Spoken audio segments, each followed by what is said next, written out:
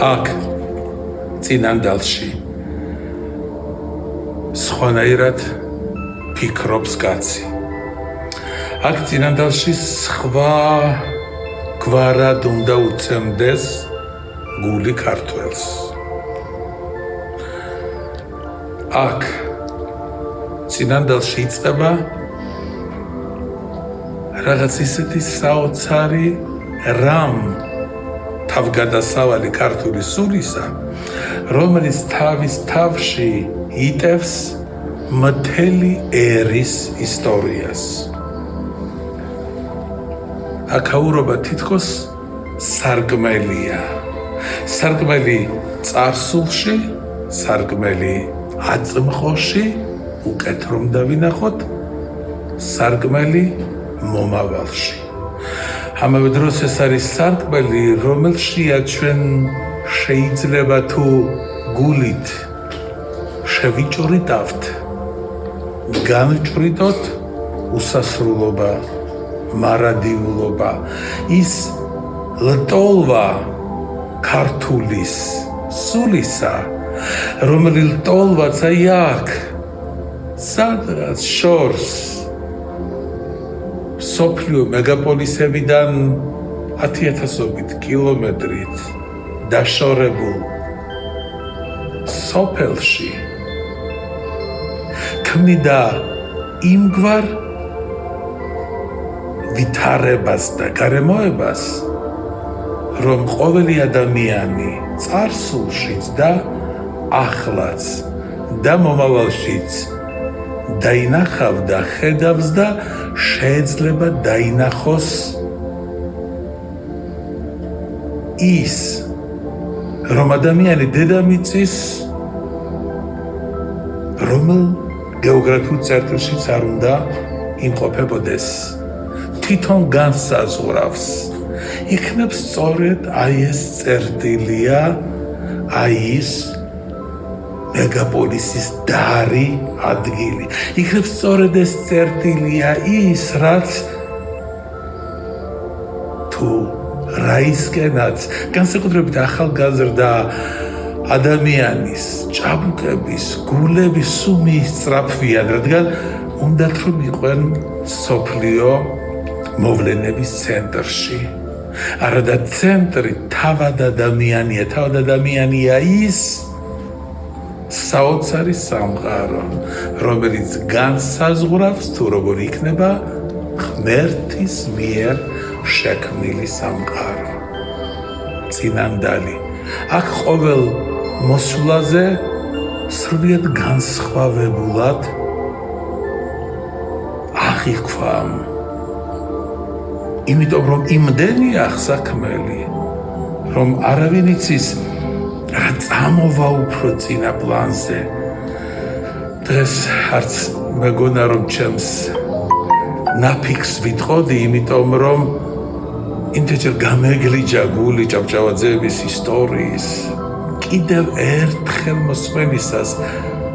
და ეხლა თქვენ ნახეთ, უამრავი წიგნია დაწერილი და როცა ამათ კითხულობ, განიცდი ამას ყველაფერს, ეს ხომ ისე უბრალოდ არ ჩაივლის, ეს რჩება გულში და რჩება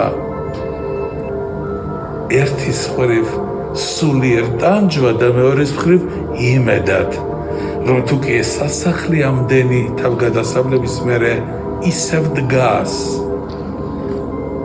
თუ კი საქართველო ისევ დგას, თუ კი დედამიწა ისევ მწვანე პლანეტაა, ჩვენ არავის არ აგვაქვს უფლება ზედმეტი დანაღვლიანებისაც კი. წინანდალი ჩემთვის მნიშვნელოვანია იმ ადამიანების გამო, ვისთან ერთადაც აქ ვყოფილ ვარ. ბავშვობაში, მერე და სულ უახლოეს წარსულში. და ერთხელ, როდესაც მოვდიოდი, ეს იყო 10-ოდე წლის წინ, 2013 წელს, 13 წლის წინ, მაშინ გომბორით წამოვედით და ისეთი განწყობა შემექმნა, მივხვდი, რომ ეს ყველაფერი უნდა აღმენუსხა. და როგორ შეიძლება ადამიანმა აღნუსხოს სიტყვით? თან ვესაუბრებოდი ჩემს თანამგზავრებს და თან მალიმალ რაღაცებს ვიწერდი. ფურცლის ნაგლეჯზე მე მახსოვს ეს ნაგლეჯი დამეკარგა, მე ისე ვიპოვე და მე გამოვაქვეყნე კიდეც და ამ ჩემს კრებულში არის ეს ლექსი, რომელსაც ქვია წინანდალი.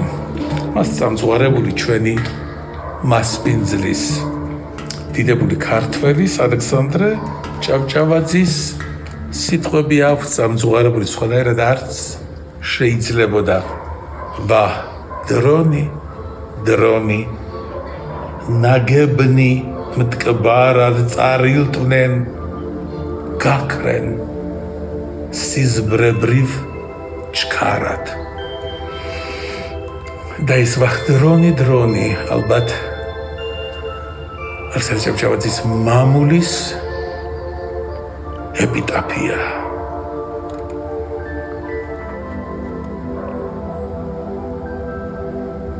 ქედებს რომ კალთებზე ებნიათ ღილები, უბით წამოვკრიფე გომბორის ნისლები წინანდლის ბაღებში. საგინძე შეხსნილმა გულ დაფეთებულნი ზე ამოვაფრინე ფრთა თეთრი სიზმრები. ღაბუა ჩიტები ტოტების თაღებში, პირვანდლის დარებში, ჭავჭავაძიანთა წინაპრის ლანდები კვამლ ნისლში ჩნდებიან. წიკწიკებს ფრანგული საათი ორლეან. უხდება თითების სინაზე პორცელანს ჩაის ვარდებიანს.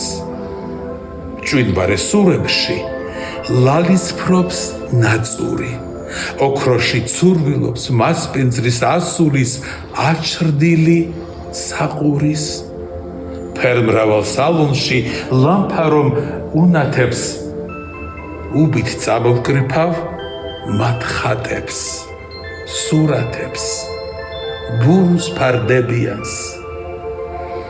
საგინძე შეხსნილი გულ დაფეთებული შევხარი ლანდებს და შევნატრი ღაბუა ნისლებს. რა თქრებიან უთვლის დროს ორლიან თითებს და პორცელანს. ვა დრონი ნაგებნი მტკბარად წარილტნენ გაქრენ სიზმრებრივ ჩქარად.